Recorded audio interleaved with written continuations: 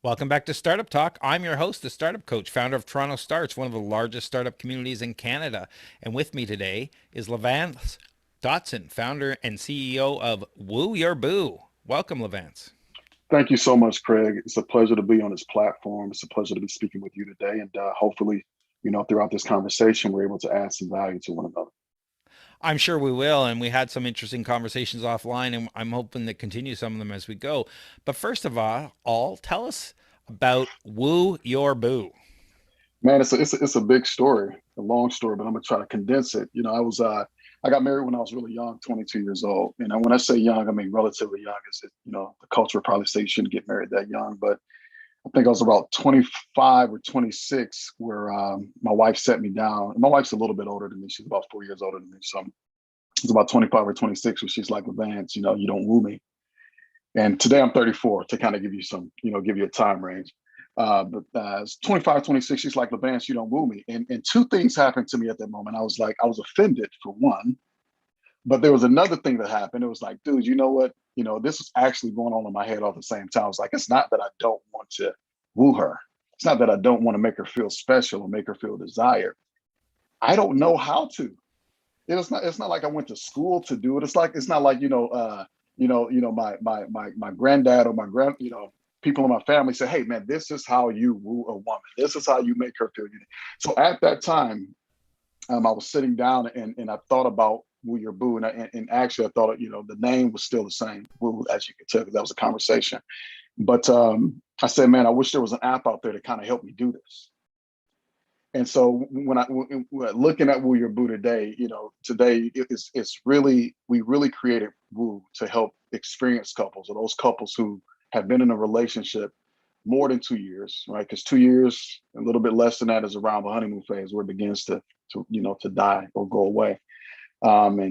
And you've kind of you've gotten comfortable with your boo, and you know their quirks, and you know that you've already done everything there is to do together, so to speak, and you think you know them well. And so Woo Your Boo really fits into that situation where it's like, you know what, now that you got this relationship, things are a little bit more seasoned.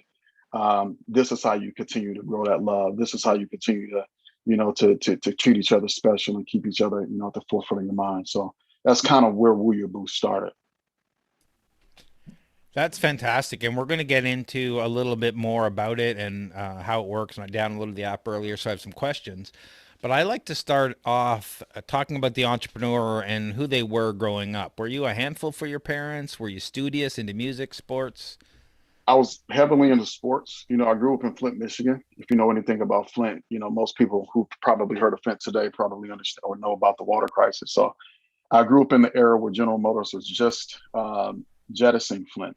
And and so, one of the things that really kept me on a straight and narrow, if you will, was sports. And I was fortunate to play, both basketball and football, and I got a scholarship to play football, University of Central Missouri, where I met my wife, who's Canadian. I moved to Canada. Just a real quick story there.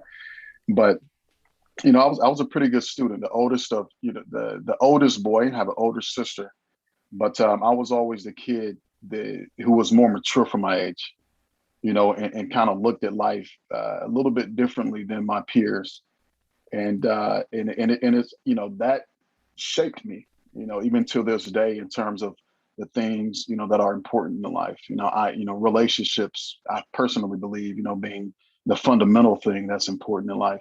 For all of our happiness and well being.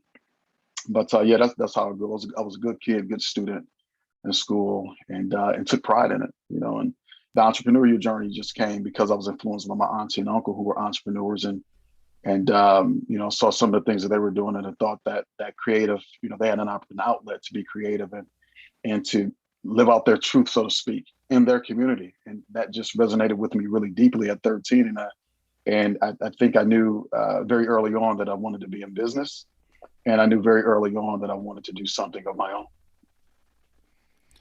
on And my own rather. you, where did you go after high school? You said you were into sports, really Yeah, so active. Go ahead. yeah, so I ended up getting a scholarship to play football at the University of Central Missouri, and enrolled. Like I said, got a scholarship, went there. Graduated from there, and met my wife. Well, I graduated with a degree in business.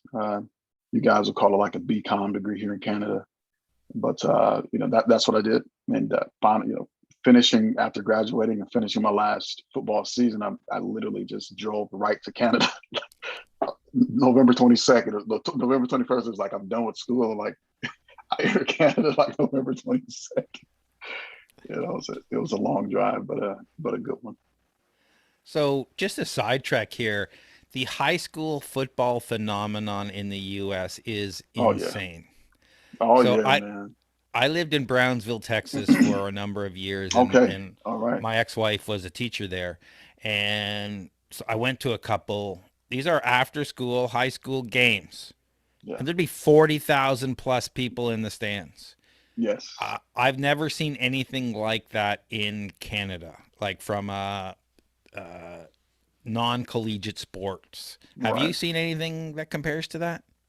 Not in Canada, and actually, it's pretty shocking to me because you guys have a lot of great athletes. I mean, I've seen them. I've been in relationship with many of them. I'm like, oh my gosh, if you were in the United States, your opportunity, your opportunities would have been so, so much bigger, so much wider. But Canada doesn't, I find that when it comes to the focus of sport and athlete, the United States is really, really focused on that. It's like it's part of our identity and makeup as a nation. Um, I don't find that that's the case with Canada. I mean, yes, it's a hockey country. Canadians love hockey, but generally in sport, anything other than that, basketball, football, um, you guys really haven't yet started to dump money into those institutions, if you will. Absolutely. And I'd watch NFL over CFL, and that's a lot of people are probably going to get a hate mail from that. I so Yep, you better it's be just careful what I what you say do. about that, man. I know. It is what it is. I gotta. My Oh, that's neighbor funny. two doors down actually is Yeah. on the tie cat, so he'll might come Oh, that's over. cool, And man. Yeah, he's uh, gonna get you. at, you were always entrepreneurial, but at what point did you know you wanted to run this business? This specific business, Yeah. um, I really became serious about it after my mother passed away 4 years, 2017, so 4 years ago. And at the time, I was actually building a financial company. I was, building a financial practice. I had, clients on the investment side, insurance side, and was having fun with it, and really it was a family structure, and helping improve that structure and their well being. That you know you will see the similarities of Woo. Hindsight's 2020. But my mother passed away, and I had an opportunity to just kind of sit and think for several months and not work. And in that time, I said to myself, I'm really, this is something I've always wanted to do, but never put myself in position to do it. And that, when my mother passed, I had this opportunity to just think, and I just said, you know what, I'm going to actually pursue this. This is something I believe in, and this is something I do my best to practice. And if I could be a little transparent, Craig, I knew that if I didn't do it, the chances of me being successful in relationships, specifically the one with my wife, out, began to dwindle. So I figured that, what, one of the things that I would like to go to my deathbed with and say that was that that I was a phenomenal husband to my wife. And I figured, hey, if I'm in a vein, if I'm literally in a place where that's my focus, that's my concentration, the chances of me becoming successful in this aspect of my life began to grow and begin to grow and expand. So that's, that was at the core of who I am as a person. Um, that was there. And then I knew that, having been involved or still involved with a nonprofit organization that helps men in relationship and career and things like that, also saw that there were other men who were just like me, who love their families, who love their wives, and just, but there was a gap between, in terms of their relationship skills and knowledge. And I figured that, if I had the problem, they had the problem, why not actually try to build something that's really cool and innovative around relationships and helping couples stay together that can actually help them improve their lives in that way. So when you're talking to men, are they resistant to admit They have, I'm going to say, relationship issues or trouble keeping the spark. Don't get me wrong. I've never long term had a successful relationship. I'm single and divorced, whatever you want to call it. So I'm one of those people. But Hmm. maybe, when I was in a relationship or when I was younger, I would have said, yeah, that's not for me. I don't need that. Yeah. Um, do you find that resistance, or are people immediately like, yeah, I think I would like this?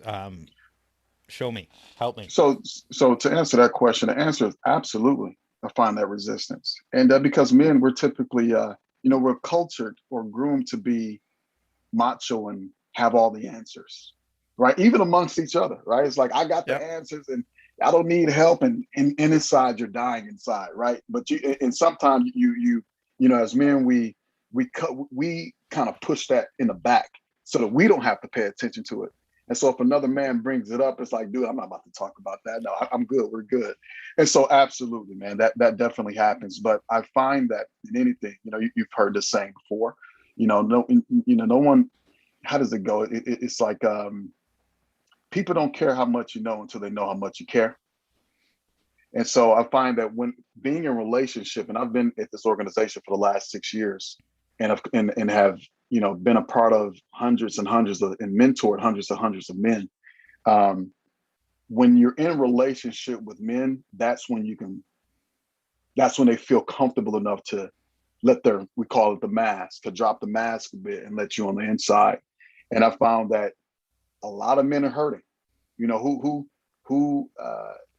where do you go? Where does a hurting man go to tell his problems to? Where does he go without the fear of being judged?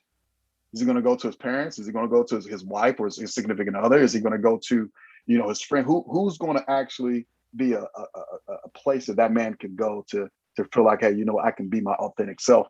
And a lot of men don't have that place, but they need that place, or we need that place, so that we can heal on the inside. And as men begin to heal, at least in my experience, as men begin to heal, they become better. I'm gonna say stewards of their family, better servants in their family, and the most important things in their life, the things that are really important, becomes first in their eyes. Their relationship with their significant other being one of them. Yeah, I think that is really important. Like I said, I'm not a guru in any of this space at all. I haven't had a successful long term relationship, but why do you Always think learn. it's hard to keep a spark in a relationship? I personally, I think about my own relationship, right? Because that, as we're building the company, it's really to support me in my relationship as well, right? So that's kind of the vantage point um, that we're building from. But I think one of the hardest things is Hollywood has romanticized what relationships should be like. So if you think about it, Craig, where did you get your relationship knowledge from? Where did I get my knowledge from? How did I even know how to have sex, or what sex should be like, or what a relationship should be like? I saw it on TV, right? Or there were men or young men that I grew up with who helped shape, my identity and my sexuality. And I find that, I'm gonna go back to Hollywood, is that you're looking at a movie screen for 2 hours, and in that movie screen they show you a couple falling all over each other in the bathroom or some counter, or and then they have a bit of a dip in the relationship, but then 30 minutes later they're back together again, and it's like humans don't realize, or we don't fully appreciate that that's not what relationships are actually like. And so when we finally do get into relationships, we have this ideal or this expectation, this romanticized expectation of what the relationship should look like, what it should feel like, without fully appreciating that all the things that we know, the majority of them was taught to us by movies and Hollywood and music and things like that. So you go into your relationship, we're not armed with the skills that we actually need to relationship, if you will, using it as a verb. And we get in there and then we start to struggle, like every relationship will do. Every relationship is going to go through ups and downs. You cannot get away from it. Why? Because we're human. We talked about that earlier. And then what ends up happening is, you say something, I say something in a relationship, and then it cuts our significant other. And then all of a sudden, these thoughts and these ideas about you and who you are as a person begin to formalize in those thoughts and ideas that he's not that good or she's not that good as I thought they were. And that, and then, it's that reticular, we call it the RES, reticular activating syndrome, RES, where we start to look for things to that you do that are wrong to corroborate the story we have going in our head, and it's a cycle over and over. And most people aren't even aware of it, Craig. That's the challenge. And then it's like, hey, things break out. We're not in love anymore. Where people Yep. need to understand that, hey, being in love is it's a work. It's work behind it. No one in life has ever done anything great without full commitment. No one in life has ever done anything great without completely being vulnerable and allowing themselves to throw themselves into that process. The challenge around our culture is that the culture doesn't teach that. The culture values, I, me, and what I want and what I need, instead of, hey, what we need and what we can do and build together. And that's what I love about our company, because it's not about I, me. It's about we. How can we relate better together so that we can be happy? I don't know if you know about this, and I'll end at this point and kind of get on to the next question if you want to. Is that it was a study done by, it's actually an ongoing study done by Harvard. It's called the Grant and Gloop study. And basically what they found in a nutshell is they went out, they interviewed hundreds of people, and they really were trying to find and get an understanding of what makes people really happy. Like at the end of the day, is it their job? Is it the money that they make? Is it their status in society? Like, what is it that makes people really happy? And what they found, the thing that makes people happy are close relationships, the success of their close relationships, specifically the one with their significant other or their boo. That's what makes them really happy. That's why when we can go around the world and we can look at third world nations, and it's like, why are these people always smiling? Because they know if the house blows up, if I don't have enough food on the table, if the government isn't acting right, I at least have my family. I at least have those who are close to me, And so I know it's kind of a long-winded answer, but really we need those relationship skills and understanding in order to be successful in relationships. It's so true. Human contact and connection is a bigger impact on your health than diet or exercise. It, Uh, exactly. It it, is. the studies have proven this, and Exactly. we talked a little bit offline about my first startup, and it was built on the concept when I was looking at these studies that over 50% of North Americans live alone. Wow. People who identify as being single on average haven't had a date in over 2 years. It's Wow, really that's a incredible. lonely world. And in 2014, the mean average that a person had in the U.S., confidant, a person they could go with a problem, Right. Right. was less than one.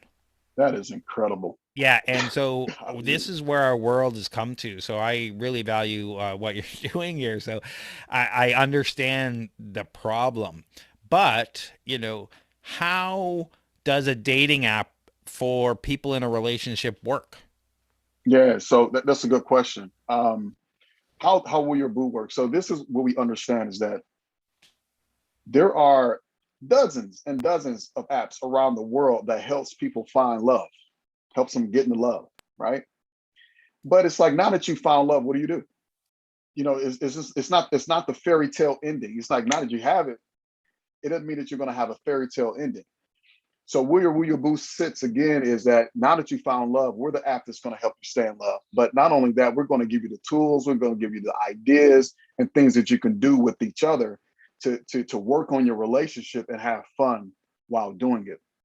So it's like, listen, if you can help people get in love and find love, how come you can't help them keep that love and grow that love and keep that excitement in a relationship? Because like we just talked about, we know that if that relationship is successful, if people are satisfied in a relationship, they're going to live longer, they're going to enjoy life a lot better. And to take it a step further, their family unit is going to be a lot stronger. And when the family unit is stronger, the society benefits from it as a whole. You can go back and do all the research you want. When the family unit is stronger and successful, society in itself is successful, or more successful, I should say. Did I answer your question, Did I answer your question? I don't know if Um, I did. I just kind of got excited and started talking. I don't even know if I remember the question. well, and we're going to get back to it. The question was why Okay. a All dating right. app for people in a relationship. Um, your app talks about love language or the language Right. of love or my love language.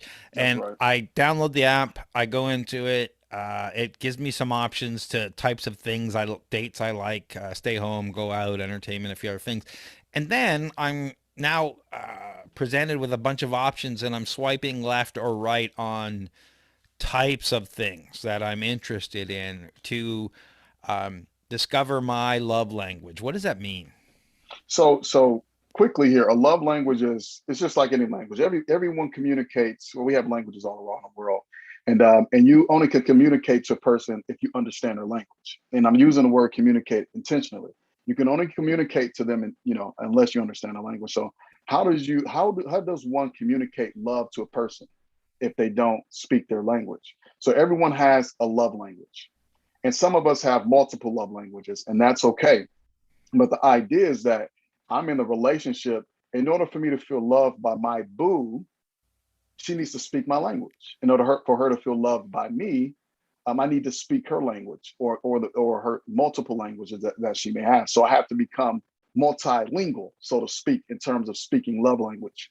And there are actually five of them. And this was actually coined or created by Dr. Gary Chapman over 30 plus years ago. And the five love languages are, if you don't know about them and you're actually listening to this broadcast, there's physical touch, words of affirmation, quality time, gifts, and then acts of service. So my two love languages are physical touch and quality in words of affirmation. When my wife comes in, and physical touch doesn't have to be, it's not sexual related, although that's part of it. But when my wife comes in and she kisses me or hugs me, man, I'm like a dog with the foot tap. You know what I'm saying? Thank you. Come on, keep going. Keep kissing me. You know what I mean? Or when she says, "Hey, Vance, you're a rock star. You're such a great father." I'm like, "Oh, come on, keep telling me now. Keep it coming now." And so that's what the love languages is. So when someone comes, I try to refrain from calling the people on our app users. I try to call them wooers. But so when a wooer comes into the app, what we do is we learn their love language. All right. And once we learn their love language, we share that with them and we say, okay, if you want to use this app by yourself and you want to just, maybe date yourself until you find a significant other, hey, here's some things that you can do based off of your own love language. All right. So there's also a feature in the app where they can invite their significant other. And so we learn their significant other's love language. So now when they get into the app and these two are connected, we actually start suggesting ideas to both of them that their boo would like based off their boo's love language. Okay. Like then that kind of goes to my next question, which is Yeah. okay, I download the app, but I'm not in a relationship. So what's the difference between one person in a relationship having the app and both people in the relationship having the app? So both people in a relationship having the app means that you could see date ideas or things that is going to resonate with the other person. So if my love language is physical touch, my wife downloads the app, she's going to see I date ideas that are around physical touch. All right. So the app is going to suggest date ideas to her based off that, and then vice versa. But there's the people who maybe just want to come into the app and just get great date ideas because the date ideas are dope. They're not the typical run of the mill, hey, I'm a Google and it's going to say, hey, have a walk at the park. No, it's like, hey, have a walk at the park. And this is how you're going to, execute this woo. Because at the end of the day, people are looking for experiences. Anybody can say, hey, go to a walk in the park. But what I love about our app is that we're not just saying walk in the park. We're saying, hey, this is how you actually, if you're going to walk in the park, this is how you actually execute that date experience. So you've probably seen that if you swipe through some of them as well and scrolled up. But that's essentially the app as it stands today. We're still in development, building new features and building new features in the app as we speak. So you talked about, not only idea, but how to implement that idea or how Yeah. to, can you give us a couple examples? Because I think, you hit on the let's go for a walk or let's go have a coffee. Those are like the interview dates Right. Right. early on Right. and they're really usually boring and when you're still trying to figure each other out, not when you're in a Exactly. relationship. So can you That's give an right. example of some of the suggestions you'd have? Yes, I'm actually looking at one right now, man. I like this. This is one of my favorites. If you ever go to my website, you'll see it's kind of baked into the website, but I call it the trap and draw woo. All right, and essentially, it's you and your boo getting together. You throw on some trap music, right? Some of your favorite trap artists, and you log on to Art Kids Hub. All right, so you're sitting down. You got your easel or your drawing paper in front of you with your color pencils, and you're listening to trap music, and you have some wine as well, right? Or any beverage of your choice. Alcohol always makes it a little bit more fun. Yeah. Oh, shoot. But so what you do, you go to Art Kids Hub, and the gentleman that's on Art Kids Hub has really cool drawings that anyone at any skill level can draw. It makes you feel like you're actually a good drawer. And so you're listening to trap music, you're drinking some great wine or your favorite drink, and you're actually drawing. And then what you do from there is after the drawing is complete, my wife and I did this. It's so fun. We have our drawing side by side. We'll call one of our family members and we'll say, hey, who did the best drawing? Whose drawing's Yeah. the best? But we don't let them know who did what, right? We say whose drawing's the best, and then they'll choose it. And my wife and I, we have a giggle out of it as well. And the other thing as well is that if you have a family, you can also extend this to your kids too. Be a great date night for the kids as well. But I call it the trap and draw woo. It's a family favorite, and but it's one of those things that we continually go back to every once in a while. So So your ideas are kind of what I'm going to say universal and not specific. Like, for example, there's a concert this weekend, you should go and do this, this, this, rather than if you're going out on an entertainment, these are the types of things you should do. say that one more time.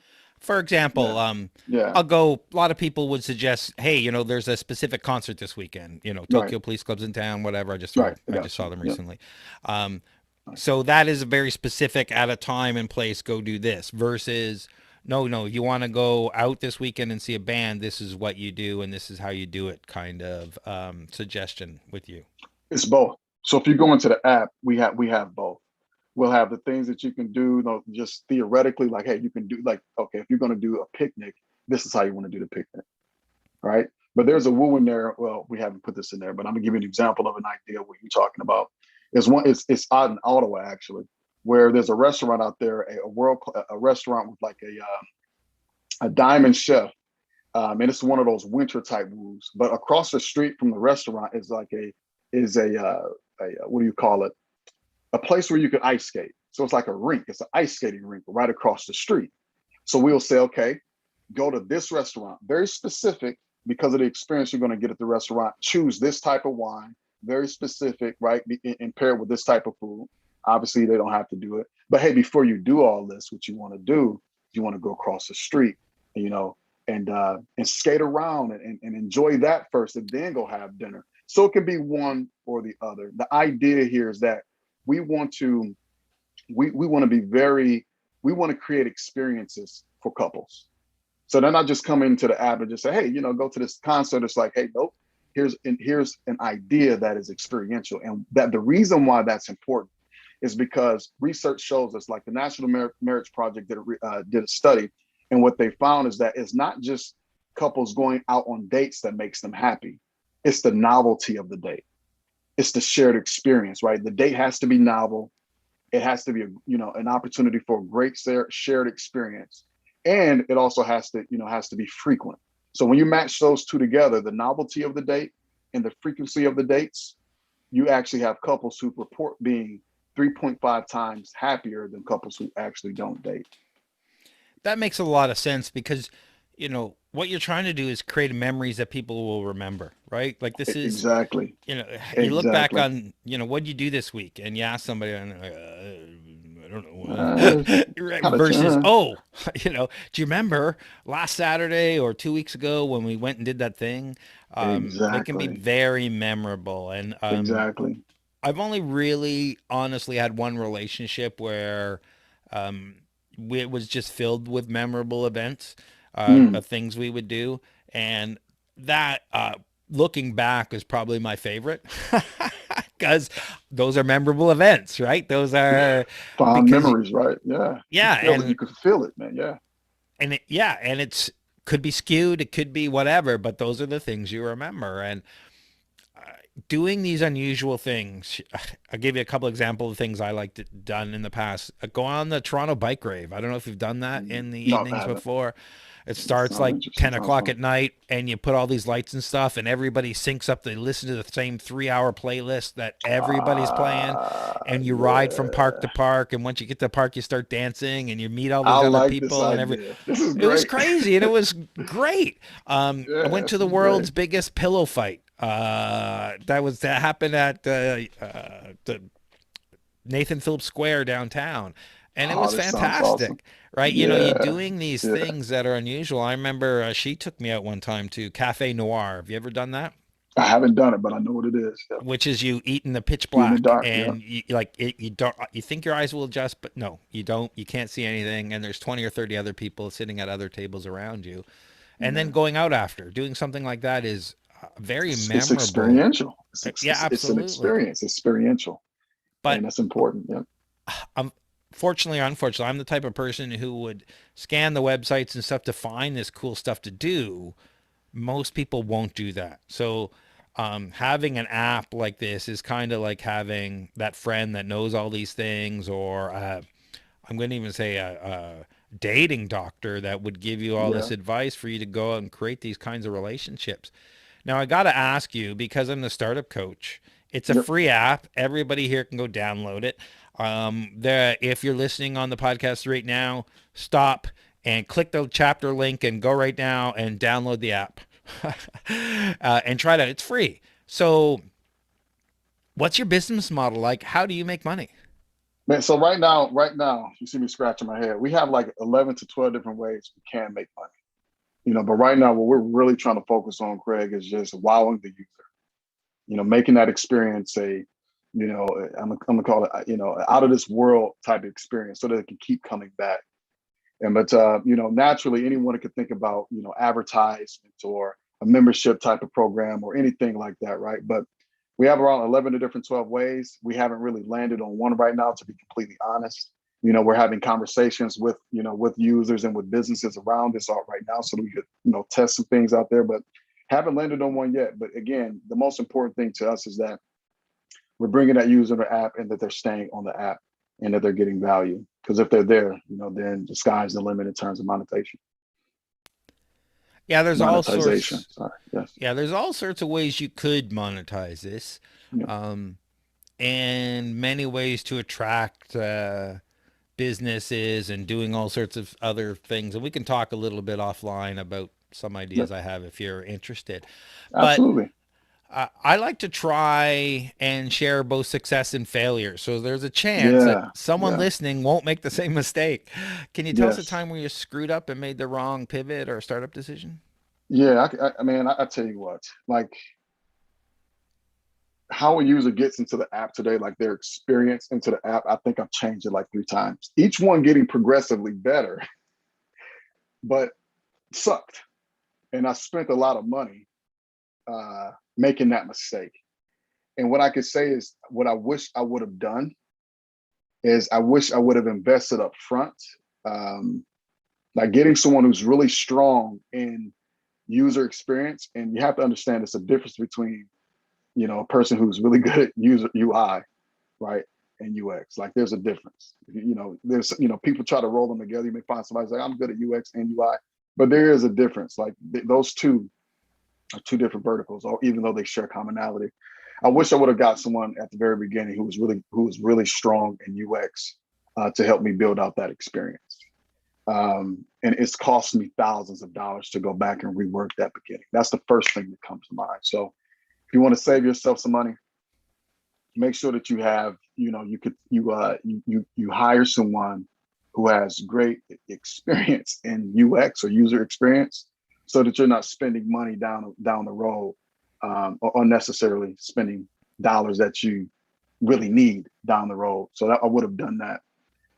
That's off the top of my head. So, and by the way, we're about to go back and rework that experience. Just we're literally, I'm in a process that, getting it rebuilt. right now to make it simpler, easier, and yeah. So there you go. I don't think I know a startup who hasn't gone through that, or at some point has completely thrown out their app and started from scratch Yeah, because. So, yeah, it's yeah. good advice. Everyone talks about hustle. What are you doing to get traction, build your audience, get people to download the app? Man, that is so great. So today's conversation is an example of hustle. Another thing is, if you look at our Insta, if you actually go to our Instagram page and you look at how many followers we've gotten, we literally probably had Instagram for the last 6 months. We're at around 3,000 followers. None of them are bought, by the way. Good. Um, but that's another place where we find that we can actually connect with our user base and talk to them and really get into relationship with them and actually started building that brand and that presence. So we work very diligently on that platform as well. Being a part of different like right now, being a Black entrepreneur, I'm part of the BPPA. So I'm consistently plugged in there, and that's part of my hustle as well, is just tapping into those resources. Those people who have various backgrounds in technology and making sure that I'm staying in their mind, making sure that, let's say but we're staying in the forefront, and that and then when any other opportunities become available, we're thought about. So another thing is that I make sure that every single day, morning and night, I'm doing something around our company. At the same time, though, making sure that my wife is pleased, right? Which is a challenge, making sure I'm spending time with the family. So I do have a Sabbath day's rest, if you will. But every day, man, it's hustle. It's constantly talking to our users. It's getting feedback literally every day. Talking to people, getting feedback. Participating in events like this, going to events, researching, and really at the end of the day, what we're trying to do is to make sure that we're delivering the best product out there possible. And when I say the best, quantify that. The best to us means that couples, when they get on it and they use it, that they're really getting significant value, that they could come back to us and they say, you know what, this your company, the solution you guys built is actually changing our lives. And I got a bit of a testimony, if I could share it real quick, where we just did a giveaway. I actually did a giveaway yesterday of the first ever Woo box. All right. And basically it's like a date in a box. So, and we did a giveaway, the gentleman won it. And one of the things he said, we're actually going to post a video later on about this. But one of the things he said, he's like, man, following your page has been life-giving to him. It's been a source of inspiration for him. And when you hear that from your wooers or users, when I hear, let me speak from my perspective, hearing that from my wooers or users, man, just helps me to know, hey, I'm going in the right direction. It makes all the world of difference for me as a founder. So Is your wife involved in the company? absolutely. Like when you go in there, you'll see we did her and I did a live, an Instagram live on Wednesday called The Truth About Men, are all men dogs. So you'll get her take, so I make sure that she's coming in, and because we do this thing together, and I find that it's important that in a relationship that you intentionally choose where you're going, intentionally.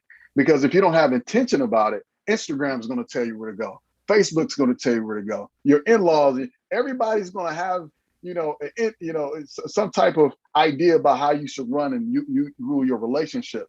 So when you have intentionality behind it, the chances of you actually being successful, like in anything in life, you have to be intentional to be successful. It goes through the roof. Yeah. You mentioned the BPA. Are there any other resources or communities you'd recommend, and why? So another one is a resource is Startup Fuel. I don't know if you guys ever heard of it. They're also a startup company here in Canada that Ash? connect. Yeah. Ash and Trevor, and so you obviously Yeah, I Ash is like. great. He comes on and Yeah, comes in and does some stuff with us. We've known each other for a long time. yeah, there you go, man. So you know about that, but it's just a great platform to be able to connect you with different opportunities, um, you know, to pitch or for investors or to learn, to grow, to network. It's just another great one of those other resources that are great as well. Um, And there's another one off the top of my head I'm thinking about as well. Is Founders Beta. Like I follow their Facebook page, and Yep. in that Facebook page, they have a lot of different resources and things that you could suggestion on resources. They have their own website as well. So that's another place that I typically go and just kind of look up and try to connect and with people. Obviously COVID has made it a little bit harder in the sense that it's great to be able to do these things in person, so that makes it a little bit challenging. But the opportunity is that, when you get on a camera like this, you show your face and people can see the authenticity in you and who you are. And hopefully that comes through the camera, through that event. And people want to, connect with you. And even if it's not to network, even if it's not to work with you, but to network with you, because it's like the aisles, like who do you know? Who do you know? So Yeah, you never know who's in the room when you're right. doing these things, and you never know when that person you talk to or that business Yeah, card is going to come in handy. exactly. Exactly. Do you have any advice for founders?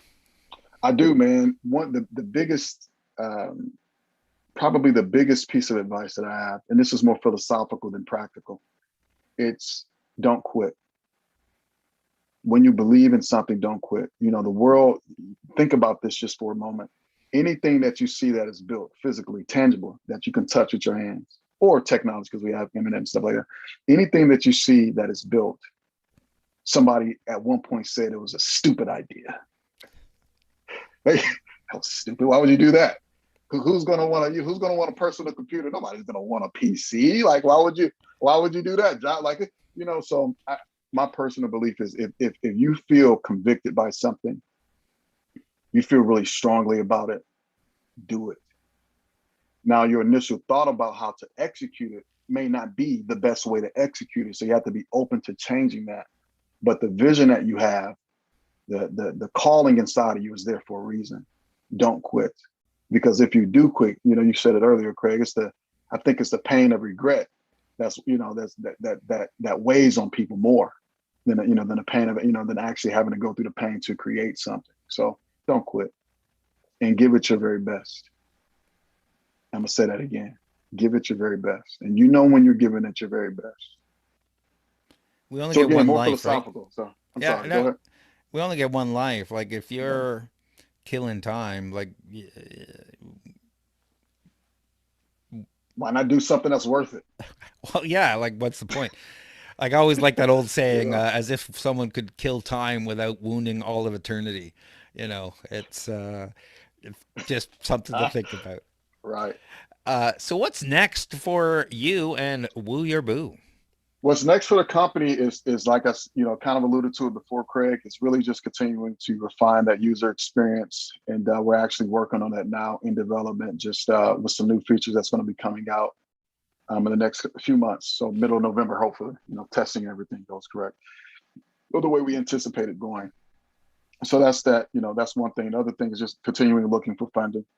We do have some competitors out there. I know we didn't have an opportunity to talk about them on this call today.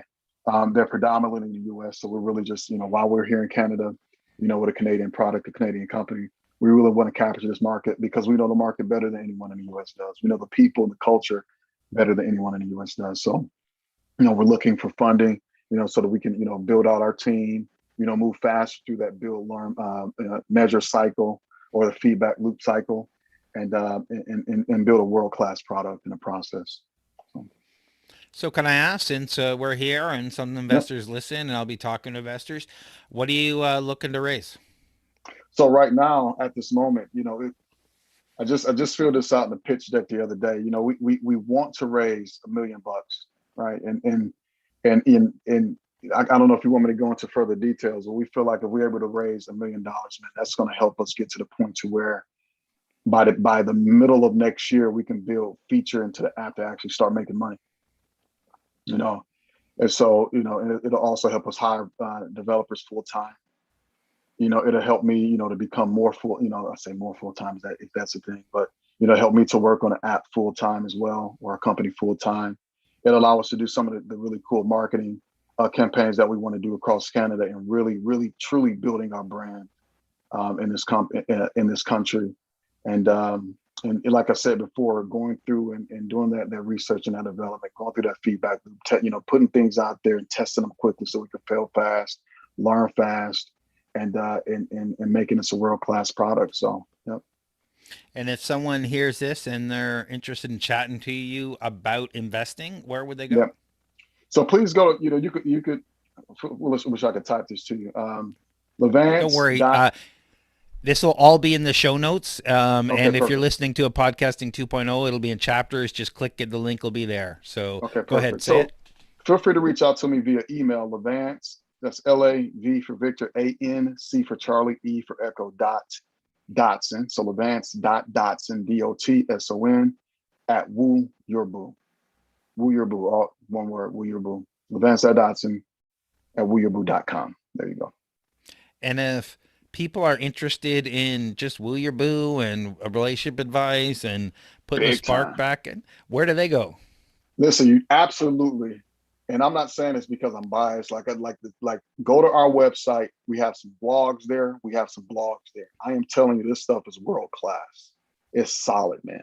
It's things that my wife and I have done to truly build. It's not the hokey pokey kind of like quick fix answer this kind of information. It's like a real solid research backed information that you're going to get that's going to transform your relationship if you apply it. Also, follow us at Woo Eternal on Facebook and Instagram. Like we got some really, really great content there to entertain you, right? And also to educate you in the process. So at Woo Eternal, that's WOOETERNAL. So make sure you follow us there on Instagram and Facebook as well. If you could hang on just a second after I say Yep. goodbye, I got something to chat with you about. Yep. Um, Thank you very much for taking the time today. I really appreciate you taking time of your busy day. Running a startup is always hard. To tell us Yeah, about Will man. Your Boo. Oh man, listen, this is a dream of mine. And when I say it's a dream, not just to build a company, but to connect with people like you as well. I've grown to become, let me put it that way, I've grown to become all about relationships. I know that when I leave this earth, Craig, that one of the most important things to me is the impact that I've made on our culture, that I've made on society, hopefully people like you or even you yourself. And that's what makes me happy. That's what drives, that keeps that fire, that eternal fire going on inside of me. So thank you for this opportunity. It's been great having you. Thank you again for being here. Awesome.